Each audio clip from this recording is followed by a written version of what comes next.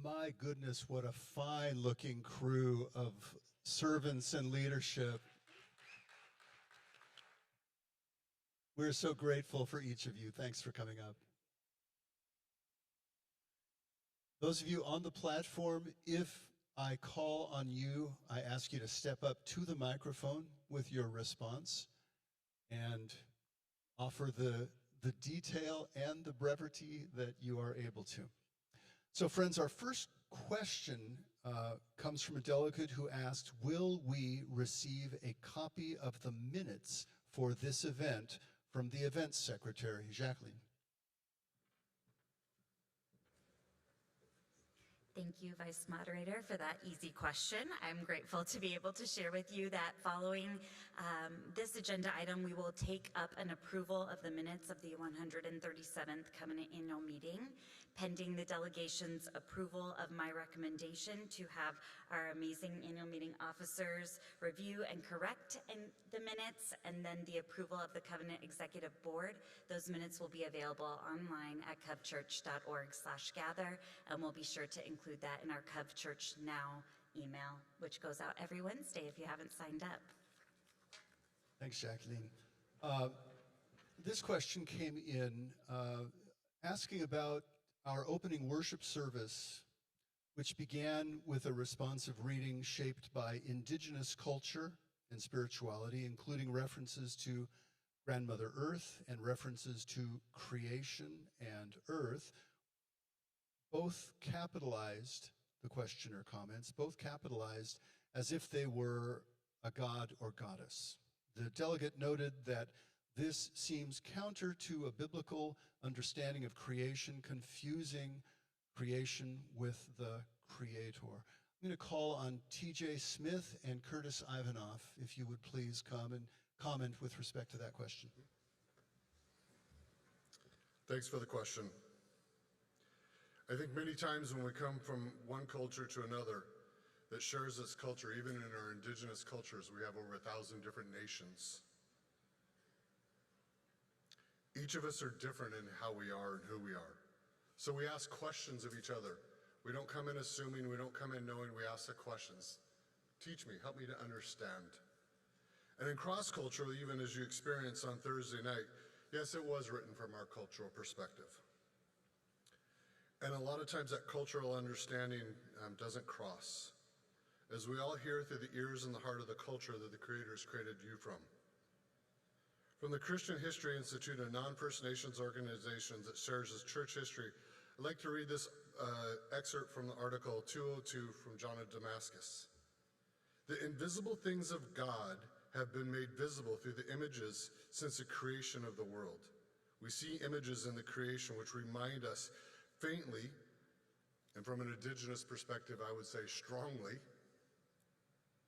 of God. In order to talk about the holy, worshipful Trinity, we use the images of the sun and the rays of the light, and spring and a full river, and mind and speech, and the spirit within us, or a rose tree sprouting flower and a sweet fragrance. This is the way we see the Creator. When we use the image of Grandmother Earth, creation, it is out of respect for her, just as when you would put my name in a report.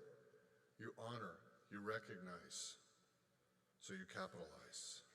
Just to be clear, we worship the one and only Creator. We do not worship the trees or the plants, but we are acknowledging and thanking the Creator for the gift of the earth and creation, as because of them, we can have life, we can have water, we can have food, etc. I pray it helps you at least understand a small aspect of our First Nations perspective.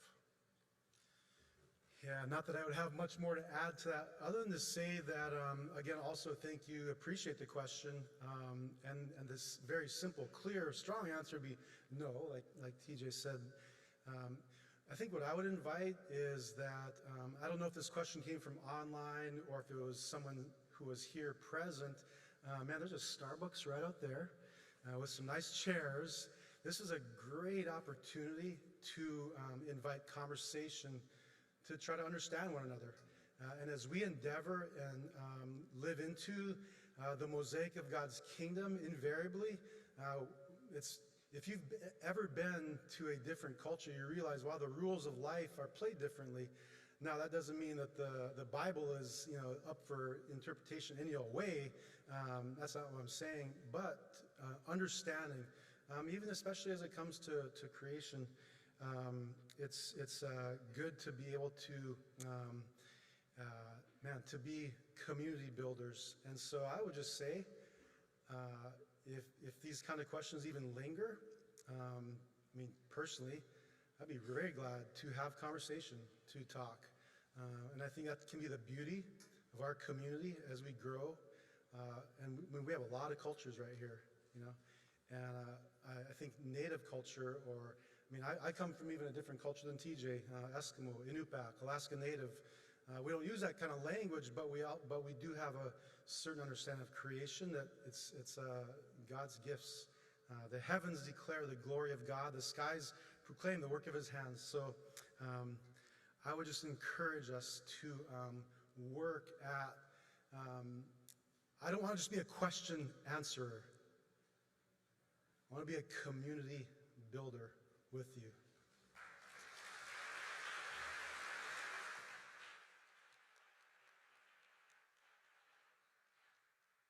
Thank you, brothers. Dean Dennis Edwards, would you step up? The next two questions will be for you. So please step up. Yeah. So, Dean Edwards, what expectations are placed upon North Park University and North Park Theological Seminary faculty regarding the Covenant's discerned position on human sexuality? How would you respond to some concerns that there may be university or seminary faculty who have or are undermining the ECC's discerned position on human sexuality? Well, I can speak to the hiring at the seminary. The university, and this is not to cop out, but the university operates a little differently from the seminary in terms of our vetting of faculty. So the faculty are vetted at the seminary by you.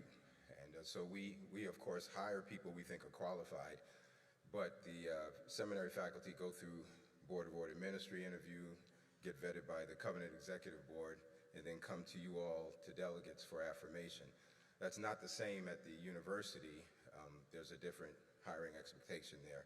So I don't really know how the university carries out all of its policies, but I would say that when it comes to sexuality, at the seminary, everyone is asked questions regarding where the covenant is right now. And you could imagine no one's asking if they believe in a six-day creation. They're asking about sexuality. And so those kind of questions come all the time, and every candidate is expected to understand and uphold covenant guidelines. I hope I'm answering that question that you're asking. So I'm saying we do that at the seminary, and I'm not sure how much it's done at the university.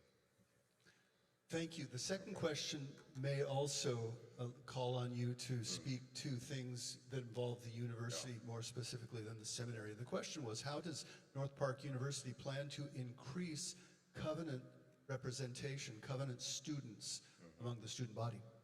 Well, this question I did know was coming last night, so I did get to catch somebody at the university to respond.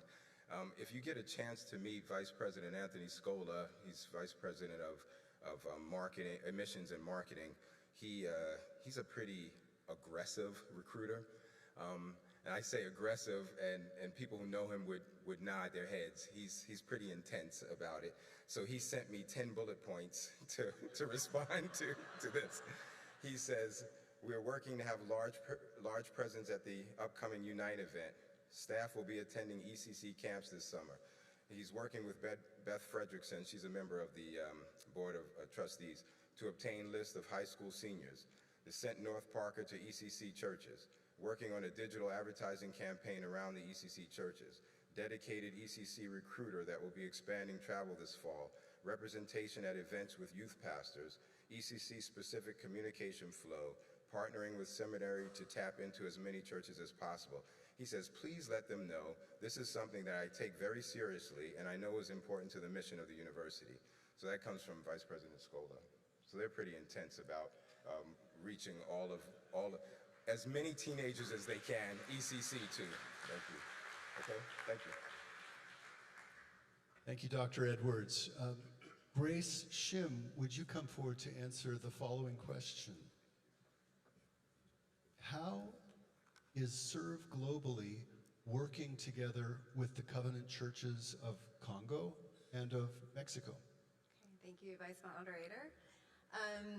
I got to see this question earlier today. Well, first of all, I just was really struck by the fact that the question had the word working together in it.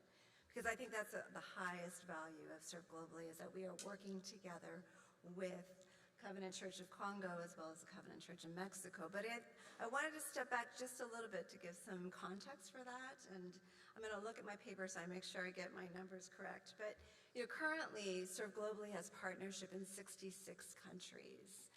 And 25 of those countries is where our global personnel serve. And then the other countries are with Covenant World Relief and Development, with PCP, and with CKC, who are specifically in Congo.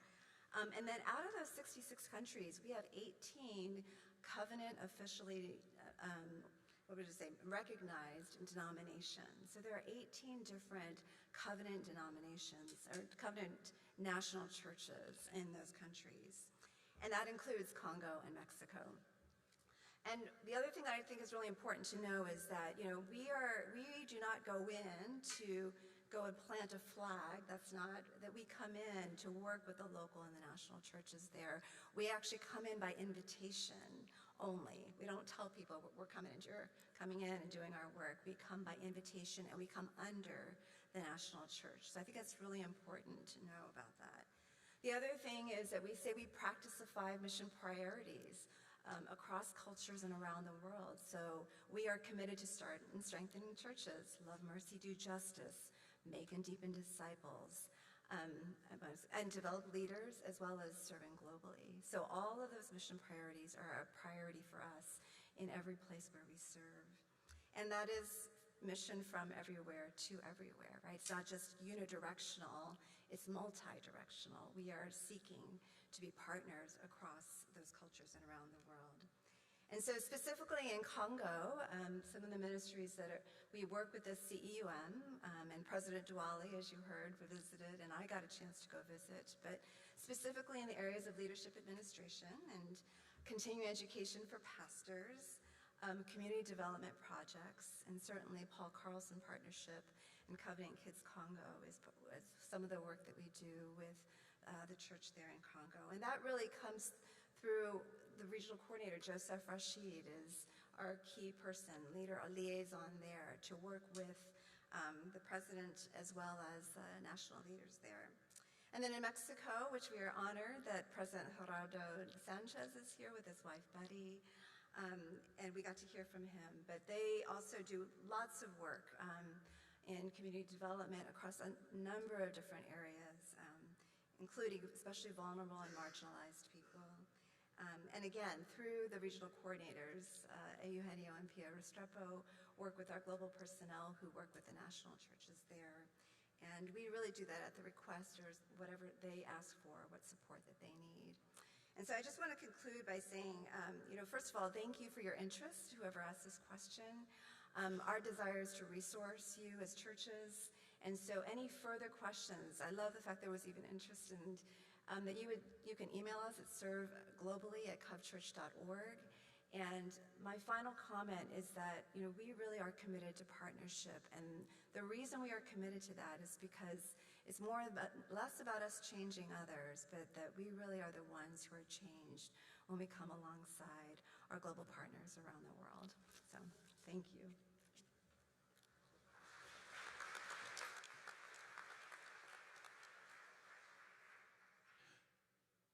Deb Mitchell, would you step up to respond to this question? It relates back to the organizational design proposal, the reorganization at Covenant offices, which we approved on Thursday. It began by talking about phase 1 of the Covenant denominational organizational structure. Can you describe to us what sorts of things will characterize the phases which follow? Sure. It's always something to think of when you're doing the work in an organization, and how do you talk about that? And so I probably should have mentioned that yesterday, and I apologize that I didn't. So phase one, so how do we think about the next work? And I've been thinking about what to call that, and I'm thinking I'll call it phase two. I don't know. The next phase? Not sure. See, organizational design people can have a sense of humor, right? Okay. No, so just to say kind of why we've done it the way we have at this point, because yesterday was an important vote and you affirmed the changes to the bylaws, that made sense so that when we do the additional work, we can look at the leadership structure that was outlined yesterday, and those roles are really, really critical in helping us do the next work, which is the remaining organization. So phase two, or the next work, if you will be really, as you think about it from an organizational structure perspective, it would be outlining all of the other positions in the organization. So it would be the rest of the organization. In that phase, though, from that point on, once the structure is there, then the hard work continues, right? It's those things that I mentioned yesterday about looking at the systems, the processes, how we do mission together, with those, how we're going to collaborate, all of those pieces, that's really the important work as we go forward. And I also mentioned that we continue to get information. We continue to evaluate change as it happens every day, and we include that in that. But simply stated, I think the next work will be the remaining part of the organization as part of an organizational structure that can be, I guess, labeled much like what you saw yesterday in its fullness of all people. Thank you. I would now like to call on Paul Robinson, who leads our Love, Mercy, and Do Justice emphasis in ministry. When we were discussing questions regarding the proposal, one question had to do with evangelism and its centrality in our church body. So, Dr. Robinson, within the new organizational structure, what vision can be brought forward for equipping covenant lay people in personal evangelism? Thank you, Mr. Vice Moderator, and thanks to the delegate for posing that question. I think I'd like to start with reading Matthew 28, verses 19 and 20. Therefore, go and make disciples of all nations, baptizing them in the name of the Father and of the Son and of the Holy Spirit, and teaching them to obey everything I have commanded you. And surely I am with you always to the very end of the age. You might make the argument that this is one of the mission priorities that Jesus named. And so we don't intend in going away from this. Let's be clear, there's no replacing Michelle Sanchez. She's outstanding and unique and one of a kind. But that being said, we intend to build on and expand the work of making deep in disciples. It's not going anywhere. It's something that we intend to continue to make a priority. We're a church, and making and deepening and enriching disciples is a part of what we do. In the new structure, we actually believe that the new structure will afford us closer proximity to our churches. And particularly when we get a chance to build out the developed lay leader piece, we believe that investing in leadership development, the end goal of that will be to help us be more successful in reaching the world for Christ. And also we believe that having the mission priorities all in one space, those mission priorities will be able to leverage their expertise and their particular disciplines toward each other. And that will actually strengthen all of them and strengthen the whole area of serve locally to help us reach the world for Christ. So we're excited. We know it won't be easy, but we're looking forward to the challenge. Julia Sandstrom, if you would come to the podium, please. You're the next guest on The Price is Right.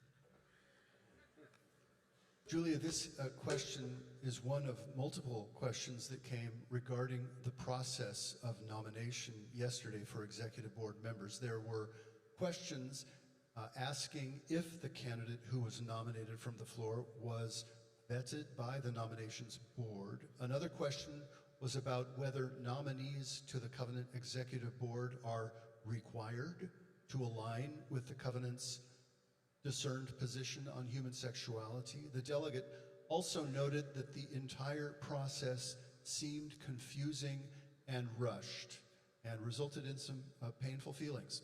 So what is the process for vetting executive board nominations from the floor, and what can be done to prevent an awkward situation like this from occurring again?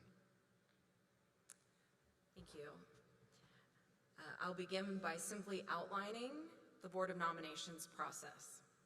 Nominees are received from across the ECC on an ongoing basis.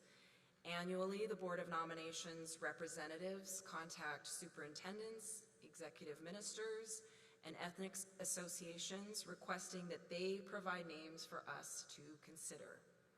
The names that are brought to us are not automatically made nominees.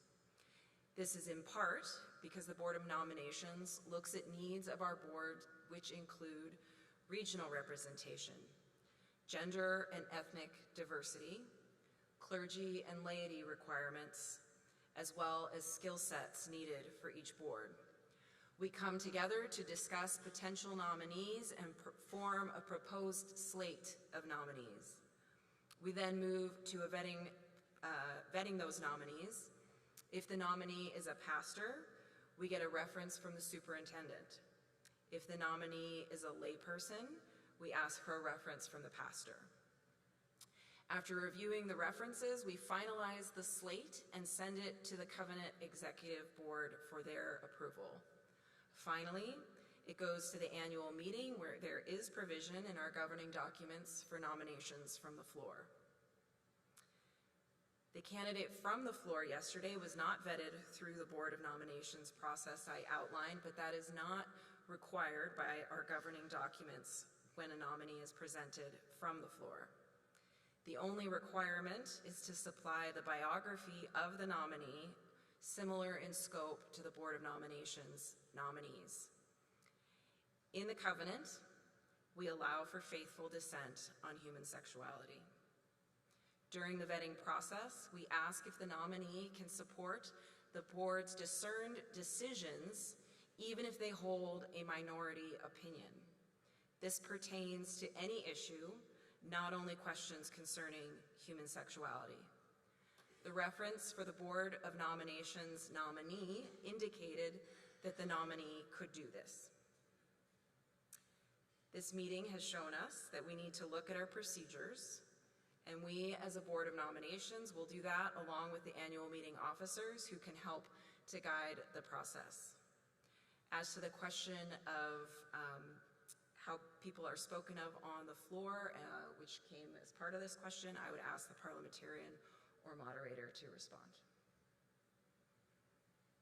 So now I'm going to invite my colleagues here at the table of annual meeting officers, Madam Moderator and Mr. Parliamentarian, if you would respond likewise to the concerns, to be specific, whether they are or are not required. Why was there no opportunity for discussion or debate regarding the contested election or opportunities for nominees to make statements of their own? Robert's Rules of Order do not require that there be a debate in a situation like this. They would allow them. First of all, we look at our documents to see what our documents tell us. And if they don't tell us what's necessary, then we start looking to Robert's Rules of Order.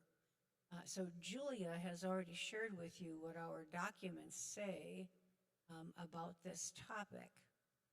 And I would call them the nomination of additional candidates for any of the positions to be filled by election may be made from the floor according to the following procedures. All nominations from the floor shall require a second. A delegate making a nomination may provide descriptive information similar in scope and content to that provided to the annual meeting with respect to the candidate nominated by the Board of Nominations or the Executive Board. So in the situation that we had information about a candidate that was written. We had information about a candidate that was provided orally. In the moment, at the time, it was presumed that the information provided was truthful. It was accurate. Our custom and practice in the past has been that, maybe some of you remember this, we always had 2 candidates for all of these positions. And we finally decided not to do that, but that's not the issue here. We never had a debate among those who were nominated for these positions. So our custom and practice has not been to have a debate. Debate is not required by Robert's Rules of Order.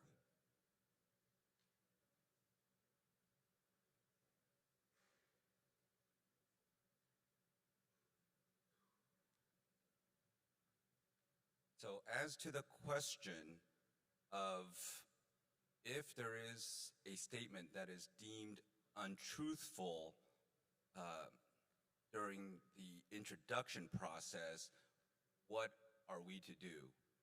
Well, speeches happen pretty quickly, and to the extent that a moderator will catch it, she will call that matter out of order and instruct that person to strike that sentence.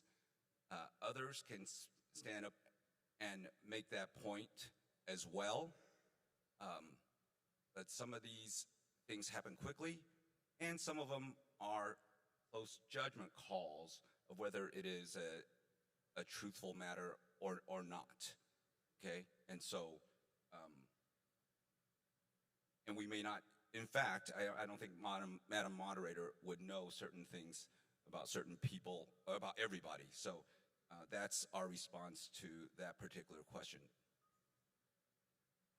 I do know someone who I think knows everybody in the covenant, but I can assure you it's not me.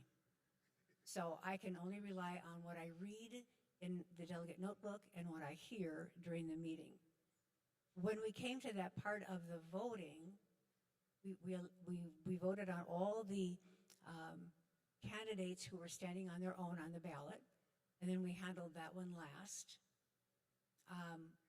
We did hear a second for that candidate to be added. I want to make sure that point is made known. We did. When we got to that point, I asked the delegates if they were ready for the vote, and they indicated that they were. So we voted.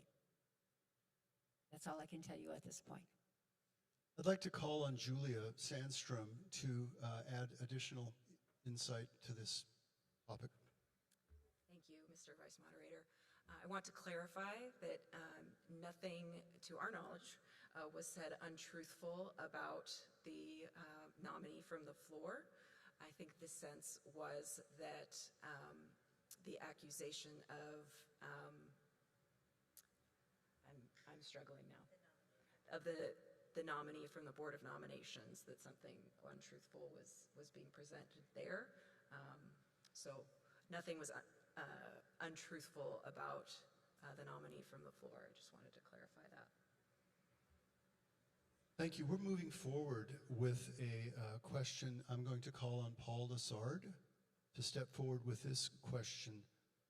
We received a question that requested information concerning a question from a delegate about the sustainability of church planting in urban, under-resourced, rural, and first-generation works. Thank you, Vice Moderator. I defer to the Director of Church Planting, Alex Rahill.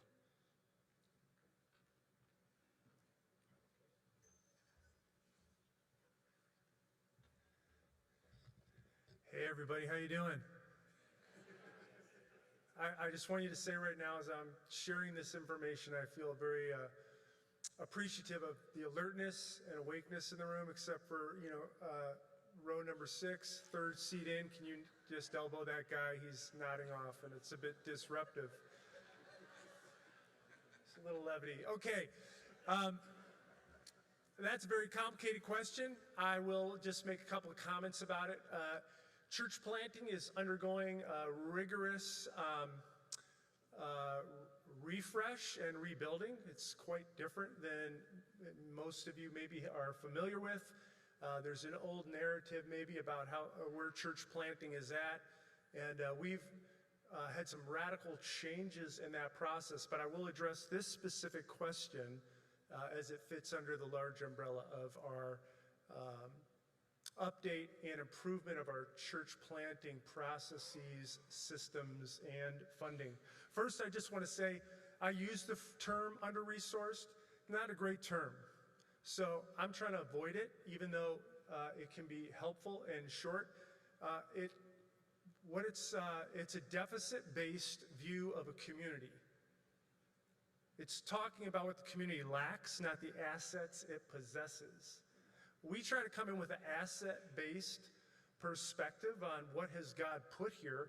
It may be lacking in monetary funds, but it's resource-rich in other areas. So, we want to come at our church planting from an asset-based approach, and I won't elaborate any more on that, but I will say that you come in with a slanted view and a view of deficit, and that automatically denigrates that community in some way, shape, or form, and the people in it. So urban under-resourced has a certain tone that I think is unhelpful, because even as we talk about this right now, we're looking at this as a problem to solve, not as a people full of gifts and life and a community with all kinds of riches and assets. Now I'm going to just back off for a minute. I won't go into too much detail, but this is important to me. I will say two things. We are working on this from a task force perspective. We just started a task force with our council superintendents.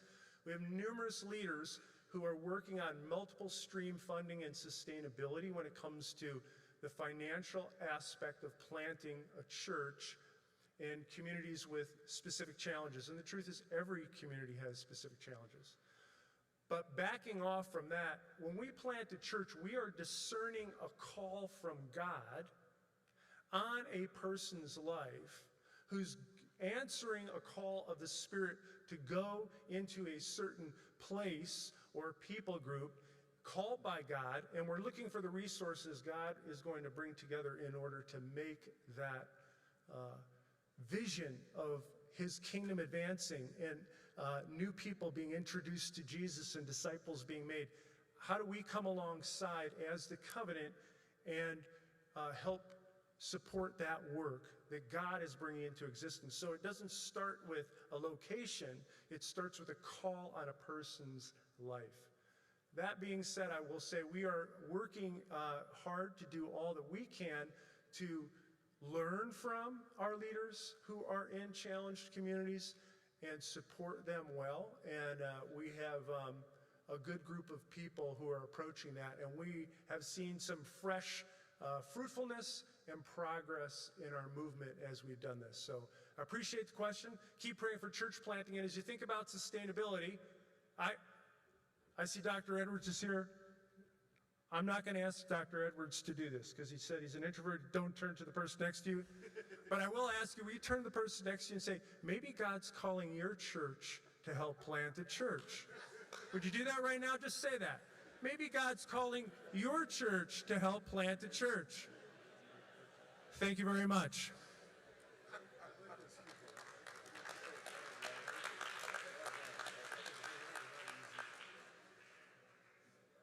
Thanks, Alex. As someone who grew up in a covenant church plant, that resonates with me.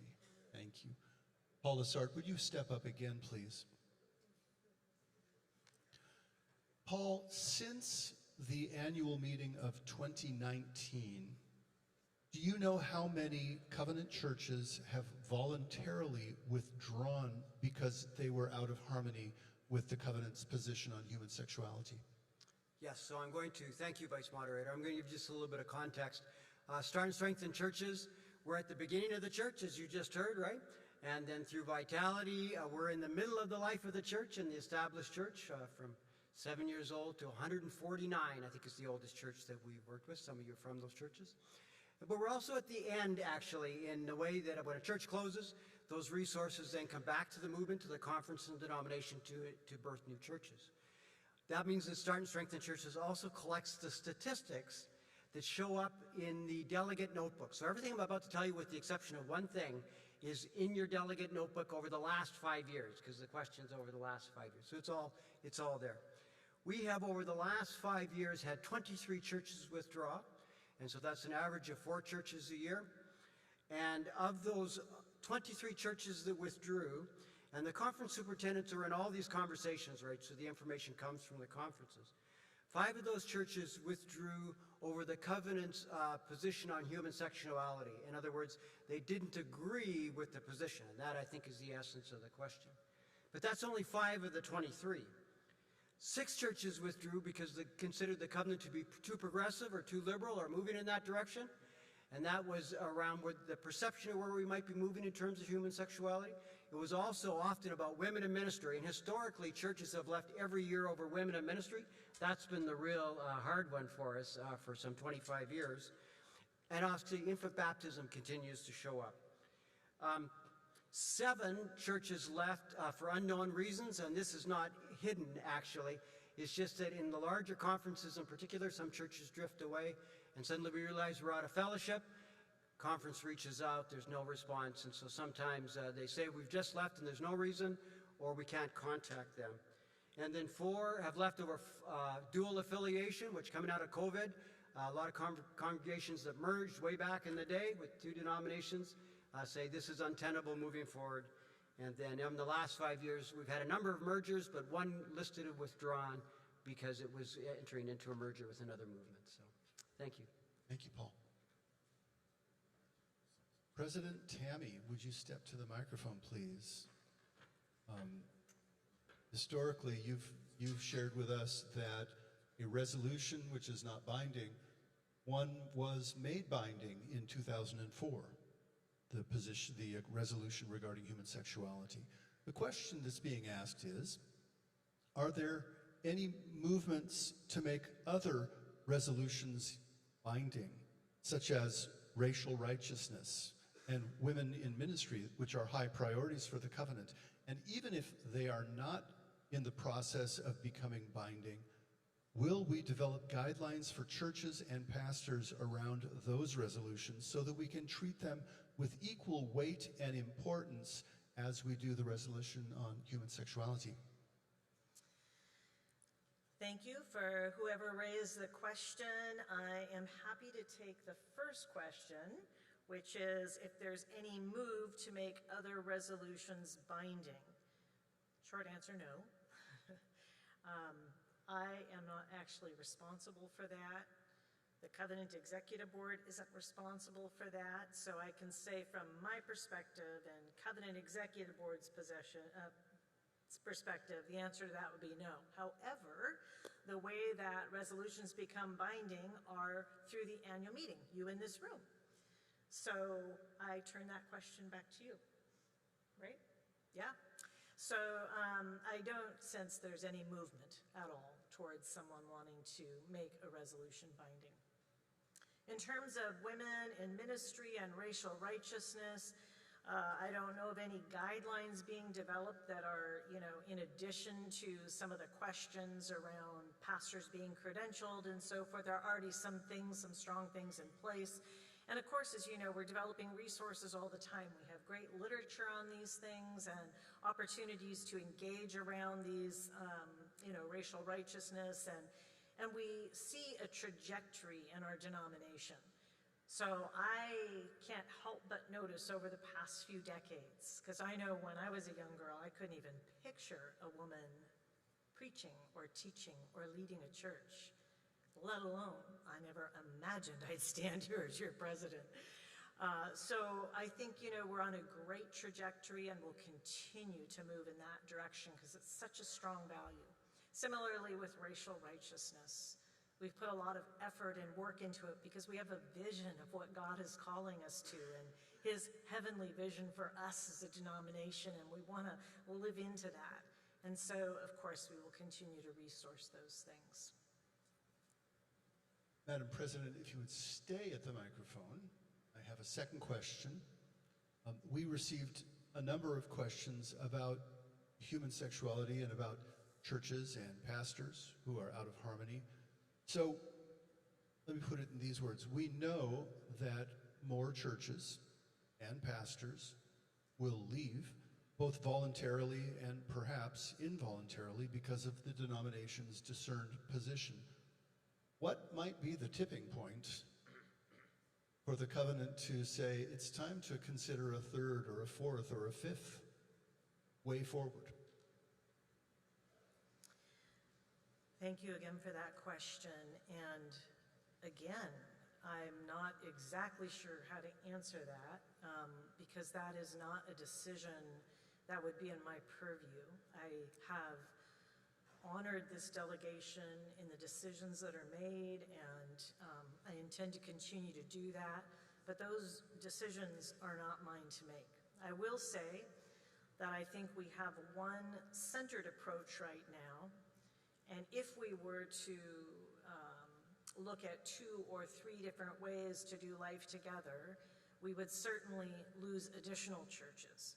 So I don't, other than that, I don't probably have a great answer because that's not really driven by me. Finally, and there were wonderful comments regarding your pyramid of priorities and processes and so forth. Great appreciation for that.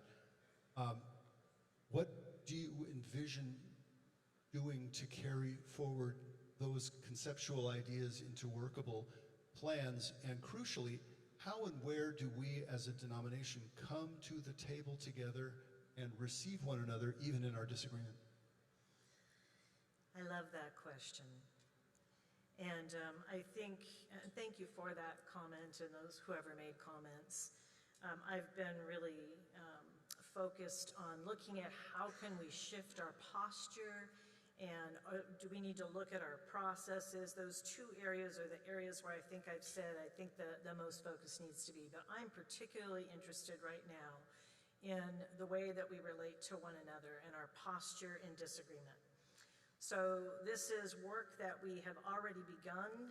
I was excited to mention that the Board of Ministry and the Executive Committee of the Ministerium actually came together and offered a workshop on transforming polarized thinking for better conversations. The Department of, Develop Leaders and Ordered Ministry developed case studies that pastors could take and look at real life scenarios without names attached, of course, and discuss how do we work with this in our church, if this comes up. And it really humanizes the situation. We don't talk so much about policies, we talk more about how do we love other human beings and how do we minister to them. In the places where I've been, where we've had the opportunity to do those, they're relatively new. The pastors who have used them have asked if they can take them back to their church, and of course after they've gone through them, we're glad for them to do that with their leadership and eventually their congregation.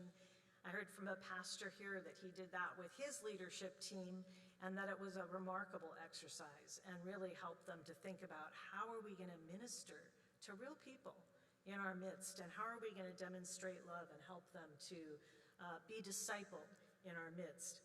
I would also mention that I hope that as we have this next year to look at the Freedom, Unity, and Responsibility paper, which has much to do with our posture toward one another, that we might take that into our churches, into our pastoral clergy groups, and talk about the principles that we see there and glean from that.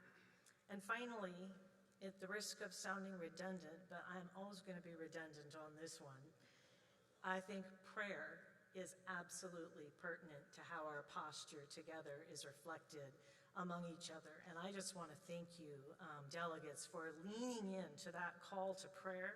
I felt it this annual meeting. I felt a tangible difference. And I'm going to suggest that the more we can do that together, with each other and for each other, the closer we draw to Jesus together, the closer we come together. And so that may not sound like a strategy, but, take us back to the picture in the boat. It is God's way, and we are the church, and this is our work. So prayer would be something that I consider to be very significant in helping to adjust us in our posture towards each other. Thank you, Madam President. Appreciate that.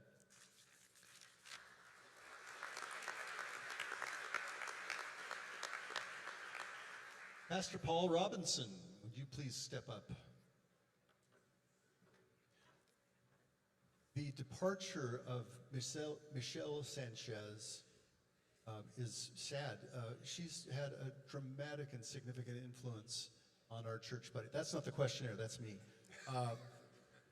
So the question says, with Michelle leaving, what is the future for human sexuality discipleship resources? And I think the person is referring to Embrace and the suite of resources.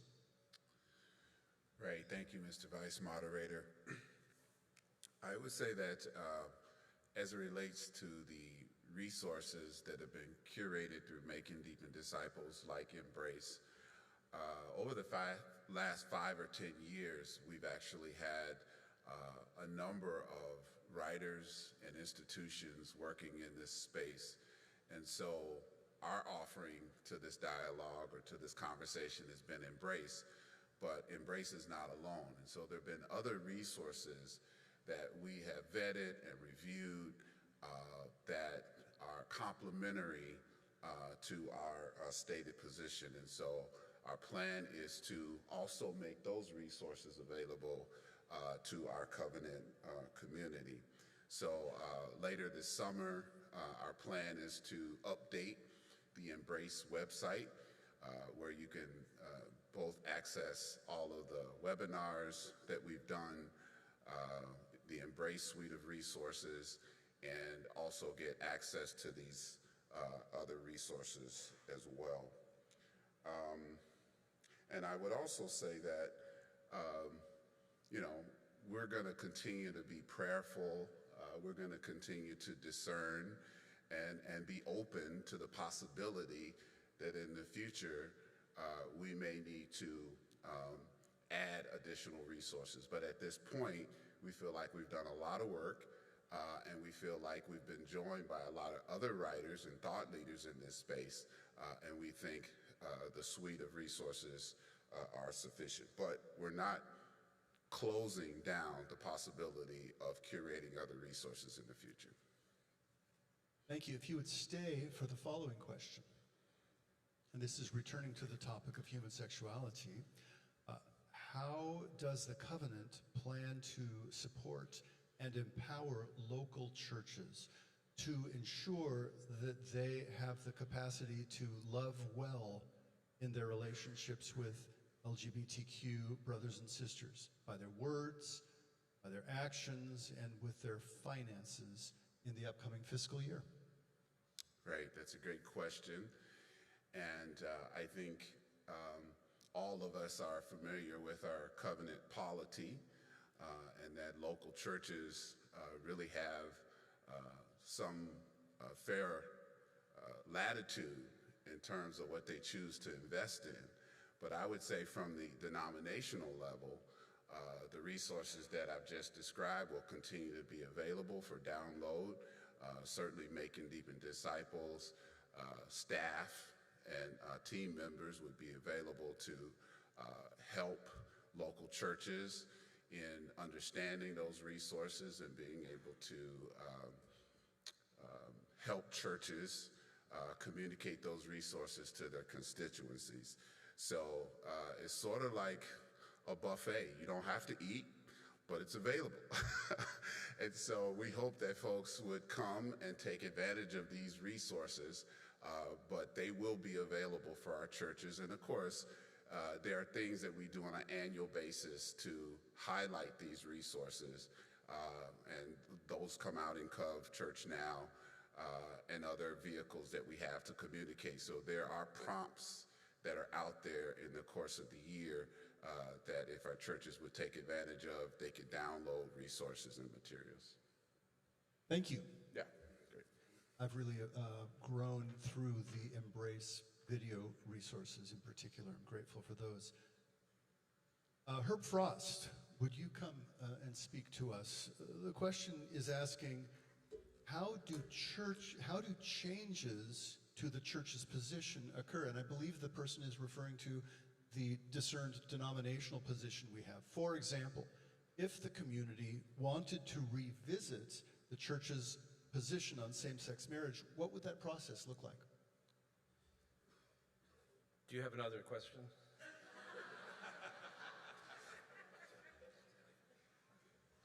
First of all, I think there's some things there that are really important, and that is, how do we revisit a decision that has been made? Because that ultimately is the answer to the process. But before we get to the process question, I want to actually read to you a little bit from the Freedom, Unity, and Responsibility paper, because the mechanism of how a thing is changed is secondary to how we are with one another if we seek to change it. Every covenanter is invited to maintain the practice of love in all things. The pursuit of unity does not circumvent disagreement or conflict. Yet, it is imperative that if we disagree, we do so in love. No degree of conviction or perceived rightness excuses us from the command to love, not only our neighbor, but also those whom we perceive as enemies. And then it quotes 1 Corinthians 13, 1-3. And then here is, I think, a very important paragraph. It is crucial that we learn and practice respectful forms of conversation with each other around disputed matters, and that we speak respectfully both to and about one another in person, in absentia, and in social media. Christians cannot discern soundly or witness winsomely while on the rhetorical attack against one another. Whatever convictions we hold or passions we feel, we must remember that at the other end of our words stand sisters and brothers, and that our words are overheard by a listening world. And I find it interesting that this posture that we have with one another and towards one another directly intersects with the question about how are we doing in the realm of evangelism. The watching world is perceiving whether or not we hold a posture of love towards one another.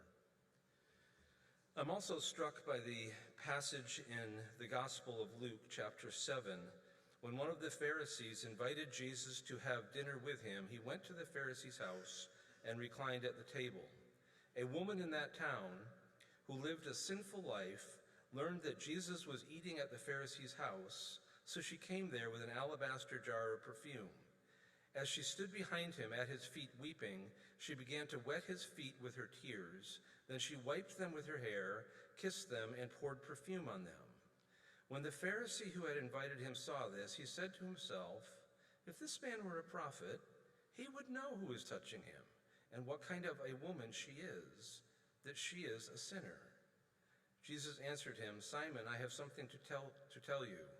"Tell me, teacher," he said. "Two people owed money to a certain moneylender.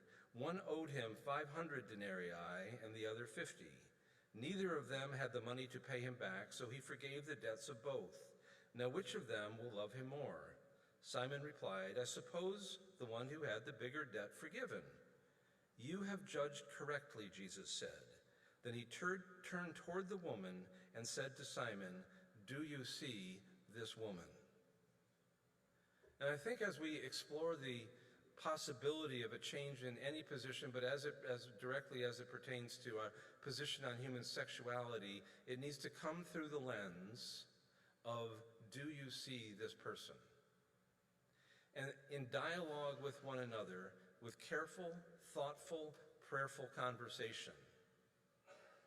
Now, Mechanistically, the position of the covenant under which the Board of Ministry, the Covenant Executive Board, the staff of the denomination, we work under the resolution made in 2004 to make the 1996 resolution on human sexuality binding, that is mechanistically what would need to be reversed, is the binding nature of the 2004 resolution, and subsequently then which would bring the resolution in 96 to be a teaching resource, not a binding resolution.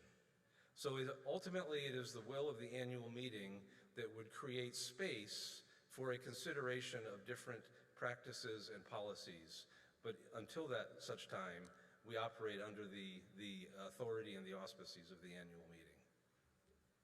Thank you. President Tammy, please return to the podium. Again, referring to your whiteboard and the pyramid that you introduced us to, you mentioned a conversation about the process for involuntarily removing churches over their stance. Can you elaborate on changes that might be considered now or in the future to reduce whatever harm may come from the current process for involuntary removing churches based on their stand? Thank you. Thank you for the question. I was hoping that while we were together, we could acknowledge some of the good work that has been done to clarify the current process. And you probably felt that in the room in the way that things were carried out. And it was a process that has been, really, there's been a lot of time spent on it by the Covenant Executive Board to make sure that everybody is clear. But what I even would note more than that is the posture that we've been working on, the respectful way in which we talk to each other, the prayerful way in which we went about our work, and the moments of silence. I was so impressed with how respectful after the decision came out that people were really silent and contemplative. I saw no one rejoicing. I saw no one who thought, wow, you know, they just did not, it was not an opportunistic moment. And I so appreciated that we could walk with people who are hurting. And it didn't matter which direction the decision went. It was painful for all of us. And so thank you for that. I think, you know, we do need to continue to look at the process.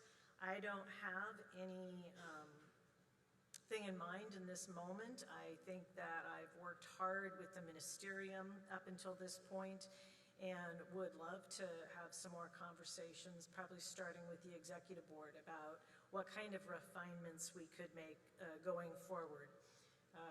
I have said, I think it hurts us to do these processes in our annual meetings. And so I just, to continue to look at that will be important, but there are no plans at the moment, and there are no suggestions at this time for how we might do that better, but certainly we'll continue to look at that. Thank you. Gail Gilraith, would you step up, please? There are several questions, and I'm not going to load all of them at once, so stay with me. The first one's very quick. Are the slides that were used in the presentation of the budget and of giving available, or will they become available? Thank you, Assistant Moderator, Vice Moderator. Vice, it's okay. Sorry. We would be delighted to share either the presentation decks from today. Please send an email to governance@covchurch.org, and we'll make sure that you get them. Thank you. There are some 227 churches that have not been faithfully giving in support of the covenant. Has there been any effort made to ask them why? I have a slide for you. Can it be put up? This was, for those of you that were here last year, this question arose, why are not churches giving?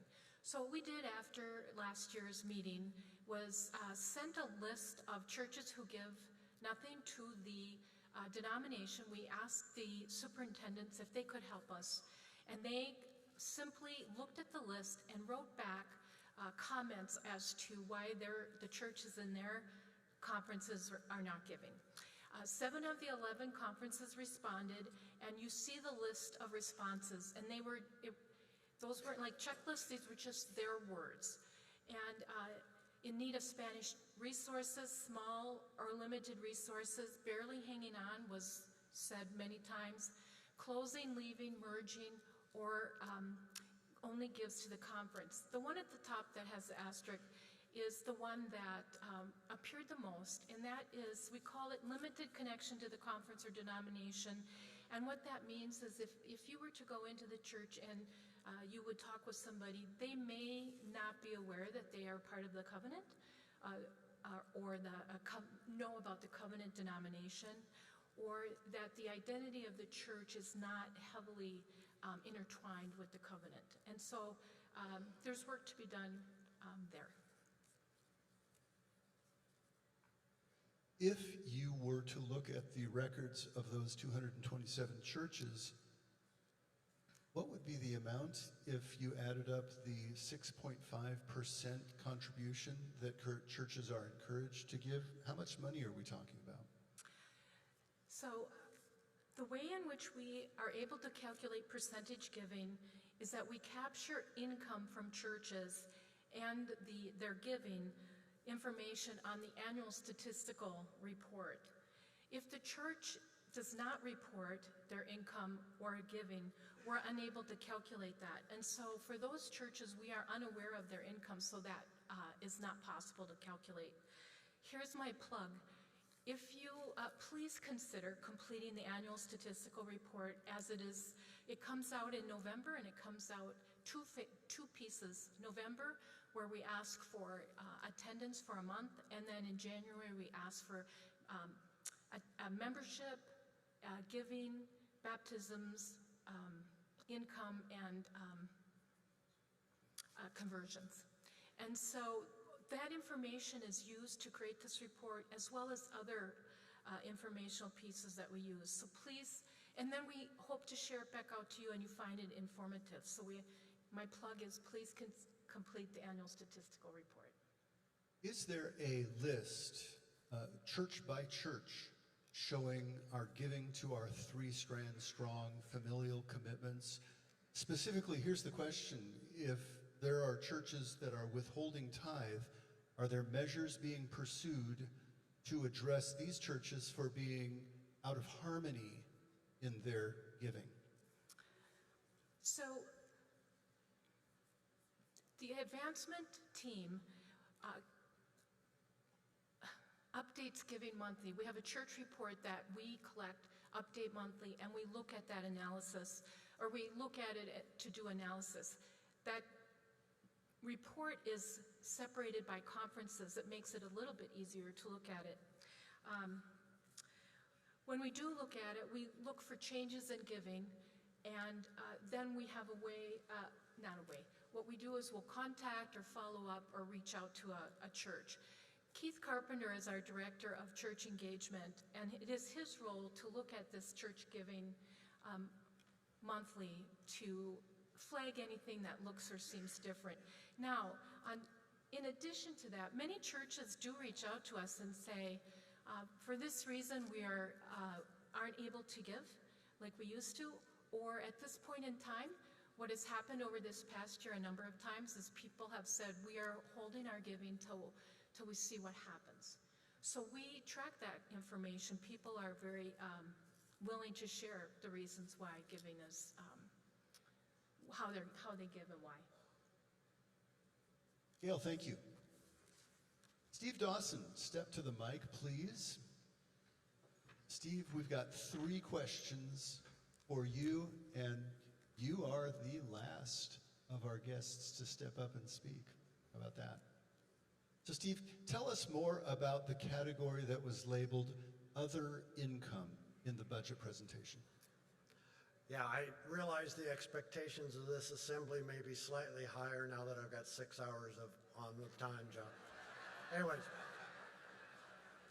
I knew this answer anyway, but you'll remember earlier in my report I showed there was over $400,000 of endowment income that we were going to be able to plug into this year's budget, as well as $262,000 of Serve Globally money that was going to be able to be plugged in. This other income is where we plugged those into the budget number. So that was the reason for the big jump. Steve, there was a question about administrative costs being high and some concern about that. Can you talk about that, please? Definitely, yeah. Number one, we report in a way that we hope is as transparent as possible on this. We don't try and embed any expenses up into the departments and mission priorities. There's a lot of ways to look at this. Number one, the denomination serves all 875 churches. If you added their $300 million of local revenue to the formula, it would drop the percentage way down. If you, there's also kind of a hidden assumption in this that administration is not ministry. Having been involved in administration for the last 33 years, I hope that's not the perception, but it is ministry and at the heart of the church in many ways. Now, another way that you can pull the percentage down is to raise income. So that's a hint too. I mean, that's another way we can get there. We try to be as transparent as possible. You know, if you want to dig through the details on the audit for more details, they're there. Everybody in those categories I know work really, really hard.